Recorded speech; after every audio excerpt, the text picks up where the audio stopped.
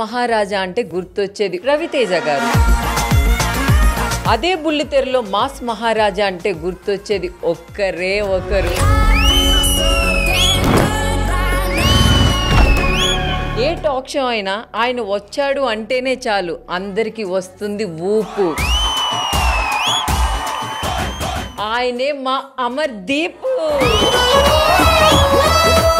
ఈడు నా తమ్ముడు. నాకు బెస్ట్ తమ్ముడు అంటే నువ్వు. నీ కోసం ఒక సర్ప్రైజ్.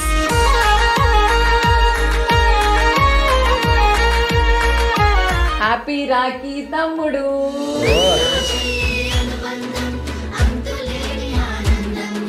నువ్వు ఒక పెద్ద హీరో అవ్వాలని అక్క మనస్ఫూర్తిగా కోరుకుంటుంది. ఎలా బ్లెస్సింగ్స్ సరిపోతుందిగా.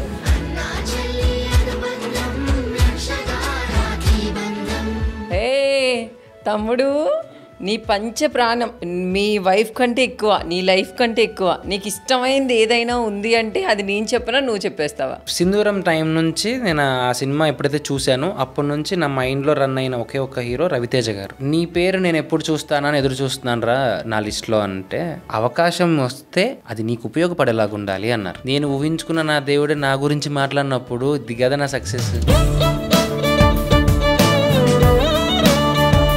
తేజు నీ లైఫ్ లో రావడం అదృష్టమా, దేవుడిచ్చిన వరమా, లేకపోతే ఏంట్రా? మూడు ఉన్నాయి సార్. అదృష్టం, దేవుడిచ్చిన వరం, అబ్బా ఇంత తలనొప్పిరా బాబు అనేవి ఈ మూడు ఉంటేనే అది ప్రేమ, అది పెళ్ళి, అది పెళ్ళం.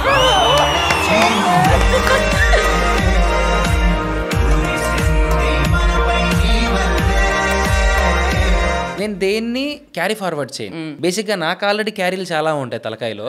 ఈ క్యారీల్ని మోర్చుకుంటూ ఈ క్యారీని కూడా మోసానంటే తర్వాత నన్ను ఎవరైనా క్యారీ చేయాల్సి వస్తుంది. That's why I don't carry because I will be the carry.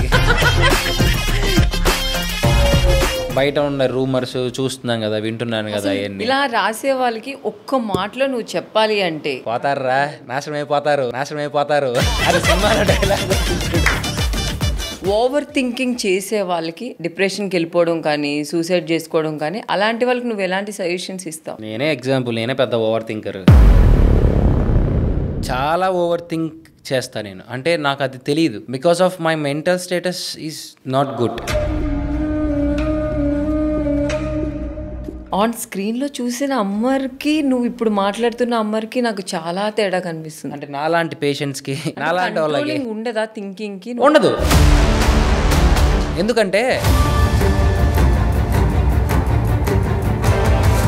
ఇంకా నీ ఏజ్ అయిపోలేదు, నీ లైఫ్ ఇంకా అయిపోలేదు, ఎందుకు అంత స్ట్రగుల్ అవుతున్నావు? కర్మ ఖచ్చితంగా హిట్ అవుద్ది.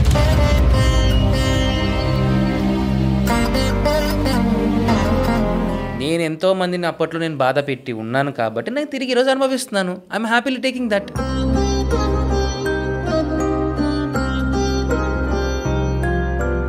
నీ లైఫ్లో ఎవరైనా నీకు ఎన్నిపోటు పొడిచిన వాళ్ళు ఉన్నారా? షర్టి పిద్ద ఒకసారి చూడు, వెనకాల మొత్తం అయ్యే ఉంటాయి. అదేంటి? ఎన్నిపోట్లే ఉంటాయి జీవితం అంతా. చెప్పులు ఎప్పుడు డోర్ బయటే ఉండాలి, బెడ్రూమ్ వరకు రాకూడదు. అన్న చెల్లెలు అనే పదానికి ఒక స్వచ్ఛత ఉంది, అది పాడు చేయకూడదు. ఇలాంటివి చాలానే జరిగాయి. అలానే కొంతమంది లవ్ చేసి సూసైడ్ చేసుకుంటున్నారు. అలాంటి వాళ్ళ కోసం నువ్వేం చెప్తావు? చేసుకోవాలంటే చాలా ధైర్యం కావాలి. అలాంటిది నేను చేశాను కాబట్టి చెప్తున్నాను. సూసైడ్ కూడా ట్రై చేసావా నువ్వు? అన్నీ అయిపోయాక నా జీవితంలో నేను చూడని ఫేజ్ లేదు కాబట్టి నాకు ఎలా అయిపోయిందంటే, ఇప్పుడు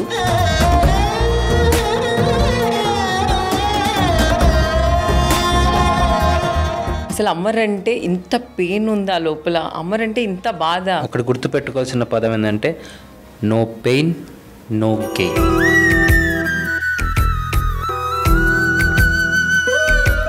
మీ మదర్కి ఏదైనా చెప్పాలి అనుకుంటే ఈ సందర్భంలో ఏం చెప్తావు అమ్మర్? మా అమ్మ అప్పట్లో చీరల వ్యాపారం చేసి, రోలింగ్స్ చేసి,